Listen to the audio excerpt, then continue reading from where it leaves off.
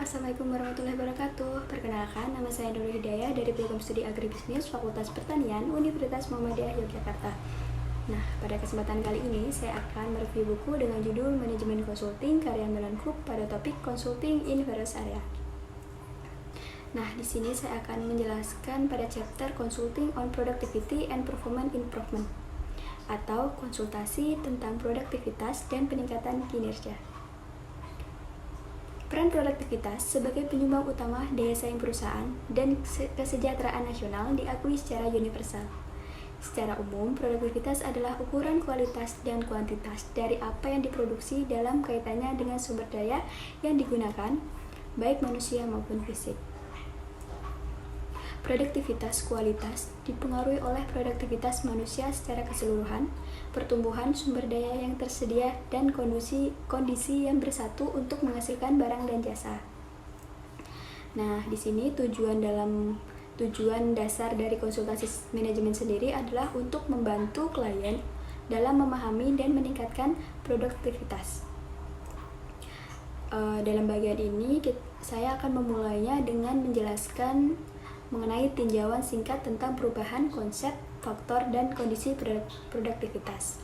Kemudian nantinya kita akan berfokus pada beberapa masalah yang menjadi inti dari konsultasi untuk produktivitas dan peningkatan kinerja, seperti analisis produktivitas, strategi, dan pendekatan untuk meningkatkan produktivitas dan program untuk meningkatkan produktivitas dan kinerja perusahaan.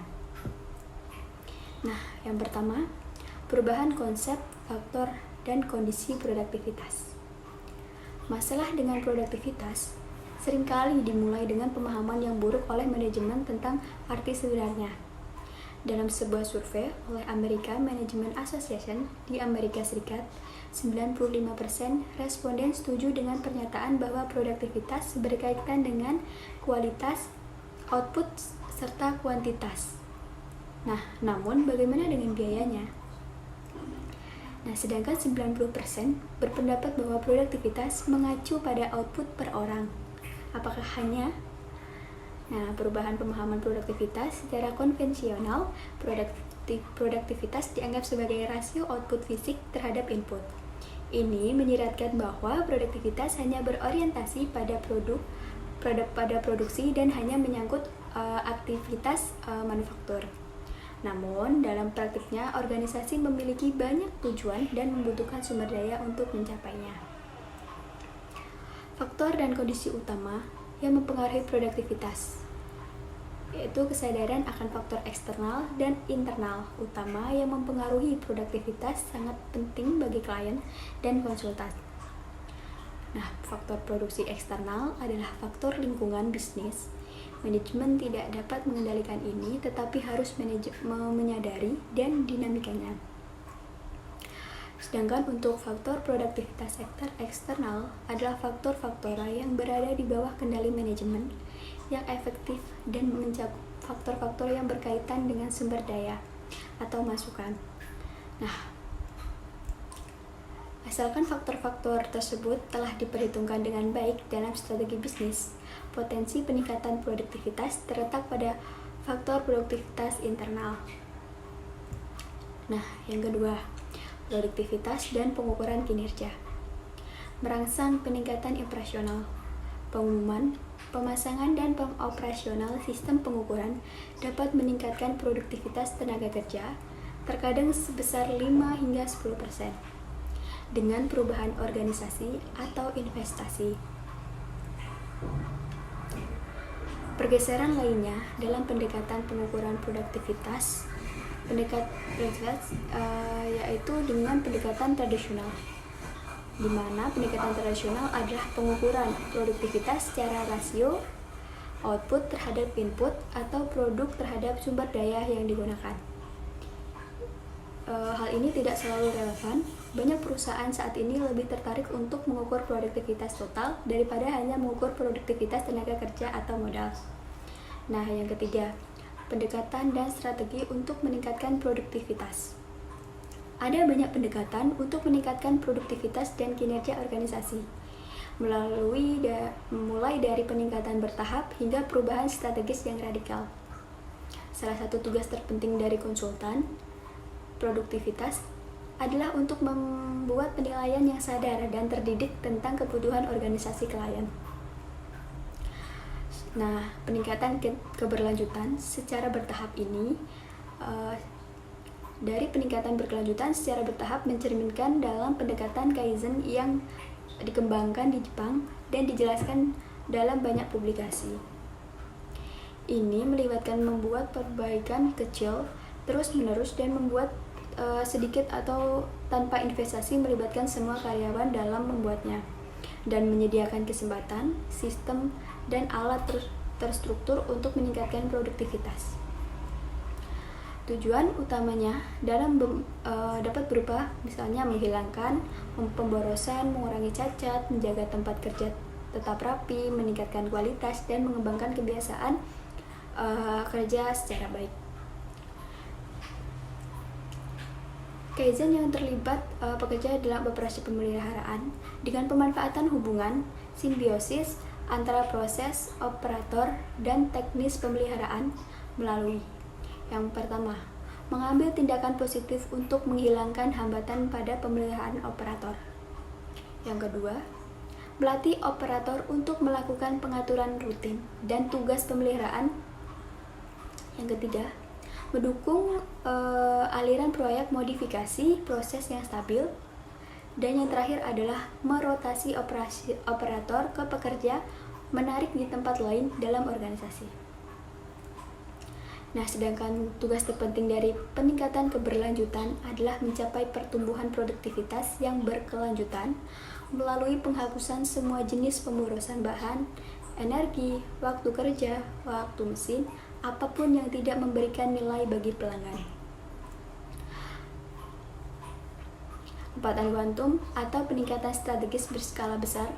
Peningkatan ini diperlukan untuk mencapai terobosan dramatis dalam desain dan pencapaian produk dan layanan, daya saing, penciptaan pasar baru, dan sejenisnya. Perubahannya drastis dan membutuhkan investasi besar dalam teknologi baru, peralatan, dan pengembangan produk, serta perubahan besar dalam proses produksi.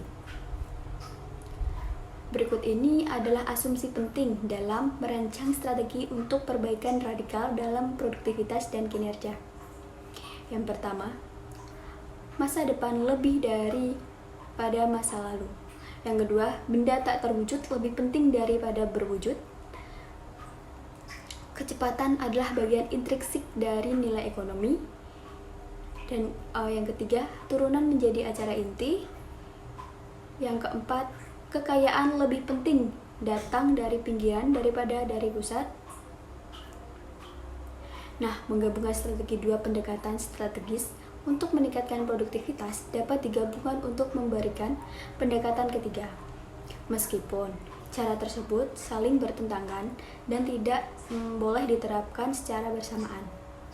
Jika diterapkan secara bersamaan, keduanya bisa sangat efektif, bisa sangat tidak efektif. Kaizen dapat membantu menghilangkan pemborosan dan inefisiensi yang nyata belum sebuah organisasi sebelum melakukan proyek untuk perbaikan strategis dan yang dramatis. Belajar dari praktek terbaik melalui perbandingan. Salah satu cara terbaik untuk meningkatkan daya saing dan produktivitas perusahaan adalah melalui perbandingan. Konsultan produktivitas harus menyadari metode yang penting dan populer ini yang tidak hanya melibatkan pemeriksaan hasil kinerja tetapi juga memahami apa yang ada di baliknya.